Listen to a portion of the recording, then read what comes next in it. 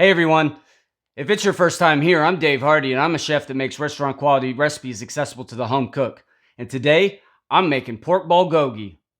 Well, I already made it, but I'm going to show you how I did it today, like right now. All right, let's take a peek.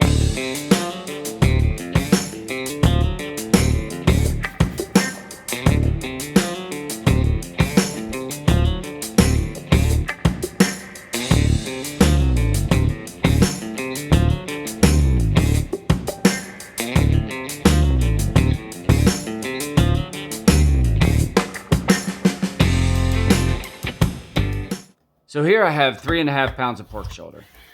I want to slice it thin, but it's pretty difficult to do when it's raw, so I cut it in half to make it more manageable, and then wrap it tightly in plastic wrap and pop it in the freezer for about an hour and a half. That way it's a bit firmer and way easier to slice.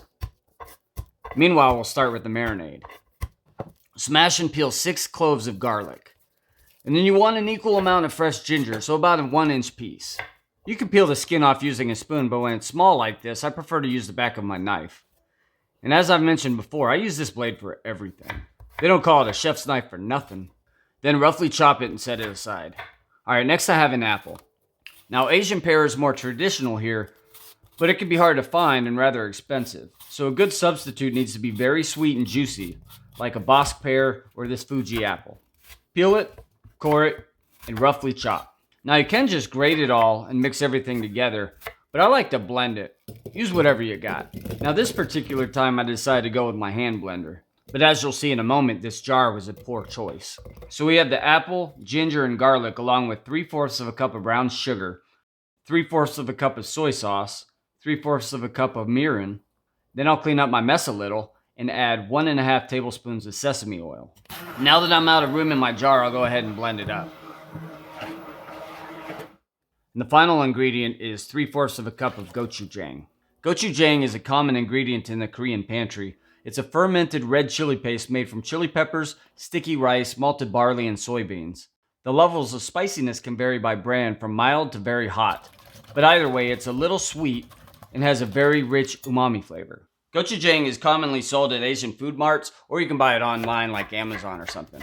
So now that the marinade is done and out of the way, slice up 1 onion and set aside. After your meat has had plenty of time to firm up in the freezer, unwrap it and slice it no more than 1/8 of an inch thick. As you're going through it, feel free to trim off any large pieces of fat that you see, but you don't have to go crazy.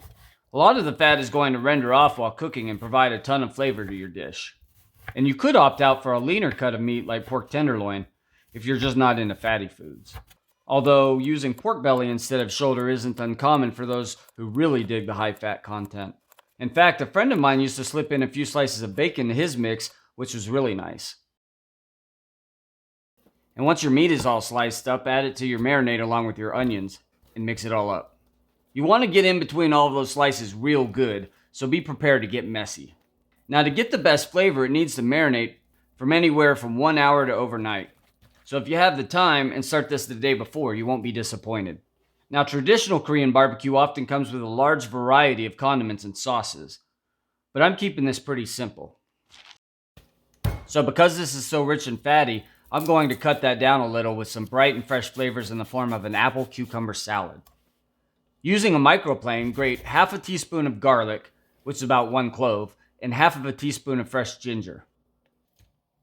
Place those in a bowl with 2 tablespoons of honey, 1/2 cup of rice wine vinegar, and 1 tablespoon of soy sauce.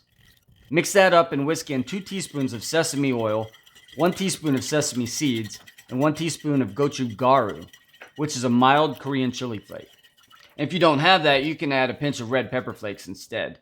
Finish with 1 tablespoon of sliced green onion.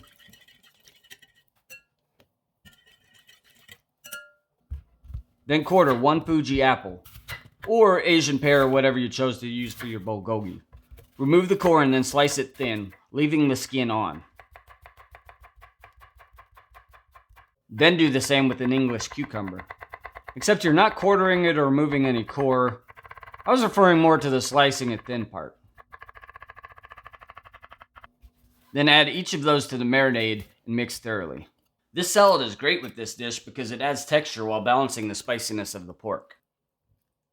You could stop here, but if you like a little extra sauce for your dish like I do, take 2 tablespoons of brown sugar, 2 tablespoons of soy sauce, a quarter cup of mirin, 2 tablespoons of gochujang, 1 tablespoon of sesame oil, and a teaspoon of sesame seeds. Mix that together and you're done. So I was inspired to create this recipe from my buddy Cliff, who used to make this for me all the time in the restaurant. He was the one who sometimes added bacon. It was by far my favorite thing that he ever made. Now my version is a little bit different, but I'm pretty sure he would approve. If not, he'll tell me in the comments. When it comes time to cook your meat, I prefer to use my pre-seasoned cast iron skillet because I don't really need a lot of additional fat to the pan and it's a nice non-stick surface. And after all, the meat is so fatty already, I don't really want more added to it. A light dusting of pan spray and you're good. You want to note that I'm working in batches. Leaving space between your pieces allows the juices that are released to evaporate. And if you've ever put a bunch of meat in a pan and after a minute it looks like soup, then you already know what I'm talking about.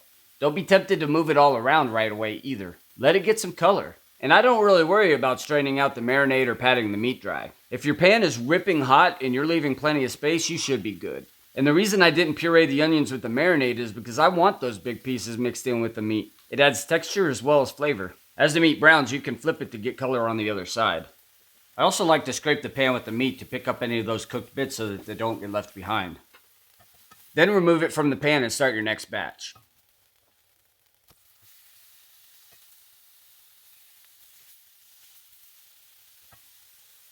So I prefer to eat this with some jasmine rice, using some of that extra sauce, garnished with some sesame seeds and green onion. Or you can make little lettuce wraps with baby romaine and the apple cucumber salad. But that's all I've got for today. If you enjoyed this video and you'd like to see more content like this, please consider subscribing and I'll see you next week. But for now, I've got some Korean barbecue to eat. Bye.